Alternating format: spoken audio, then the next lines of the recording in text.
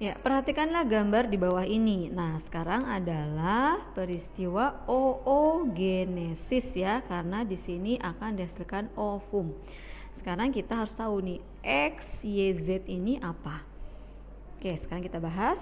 Nah, jadi oogenesis ya itu diawali dengan pembelahan sel germinal primordial menjadi oogonium yang bersifat diploid pada ovarium embrio.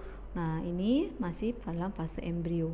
Nah, oogonium ini akan mengalami pembelahan secara mitosis menghasilkan oosit primer yang masih bersifat diploid.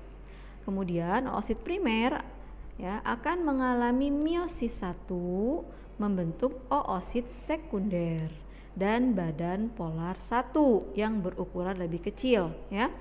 Nah, berarti di sini yang X ini adalah ya meiosis 1 ya. Meiosis 1. Nah, kemudian meiosis 1 dari oosit primer ini ya. Nah, ini akan dilanjutkan kembali ketika individu perempuan mencapai pubertas seiring dengan perkembangan folikel yang ada pada rahim ya, yang ada pada ovarium, seorang perempuan. Nah, oosit sekunder ini akan mengalami pembelahan meiosis 2. Nah, ini ya. Jadi akan mengalami pembelahan meiosis 2 hingga tahapan metafase 2, kemudian akan diovulasikan. Nah, berarti yang Y ini adalah meiosis 2.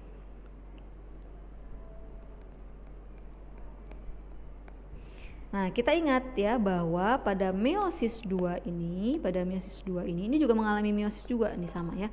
Jadi oosit sekunder itu mengalami meiosis 2 menghasilkan ovum dan badan polar 2, sedangkan si badan polar 1 juga akan mengalami meiosis 2 juga menghasilkan badan polar 2.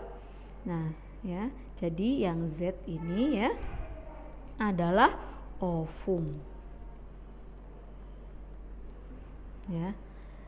Nah, jadi kesimpulannya bahwa X, Y, dan Z ini adalah X-nya adalah meiosis 1, ini peristiwanya meiosis 1.